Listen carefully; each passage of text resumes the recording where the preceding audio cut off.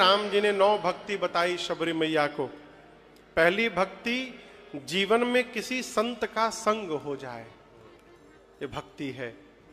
दूसरी भक्ति जो आप लोग कर रहे हैं, भगवान के कथा में प्रेम हो जाए, ये दूसरी भक्ति है। तीसरी भक्ति क्या है? मान सम्मान छोड़कर गुरु की सेवा करना, ये तीसरी भक्ति है। मान सम्मान छोड़ने का अर्थ, शिष्य गुरु जी के साथ कहीं गया, गुरु जी को 5 माला मिली, अब चेला सोचने लगा 1 माला हमको भी मिल जाती तो क्या बिगड़ जाता। श्रेष्ठ के सम्मान में ही छोटे का भी सम्मान होता है। जहां पिता का सम्मान हो गया, वहां पुत्र के सम्मान की आवश्यकता नहीं है।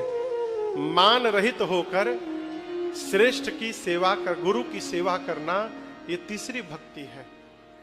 कपट का त्याग करके भगवान का गुणगान करते रहना, ये चौथी भक्ति है।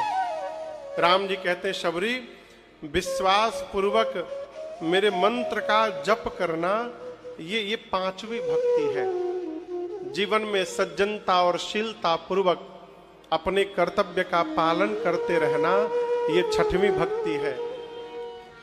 सबको एक समान देखना और संत का सम्मान भगवान से अधिक करना, ये 7वीं भक्ति है।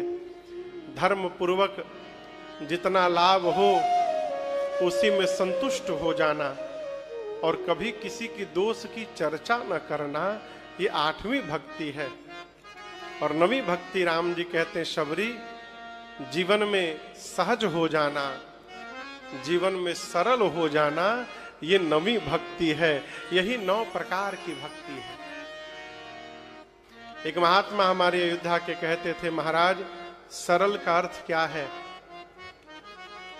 कहते थे, महाराज जिसके हृदय में 100 से सीता जी, र से राम जी और ल से लक्ष्मण जी, जिसके हृदय में तीनों विराजमान रहते हैं, वो जीव सरल है। और जीव जब तक सरल नहीं होगा तब तक सहज नहीं होगा। आप दर्शन करिए, सब कुछ होना सरल है, सहज हो जाना, सरल हो जाना सरल नहीं है, बहुत कठिन है। इसलिए राम जी ने इस भक्ति को 9वें स्थान पे रखा। राम जी कहते हैं, शबरी 9 में से एक भी भक्ति यदि किसी के पास है, एक भी, तो वो मुझे प्रिय नहीं, अतिशय प्रिय है। आप में तो 9 की 9 भक्ति विद्यमान है।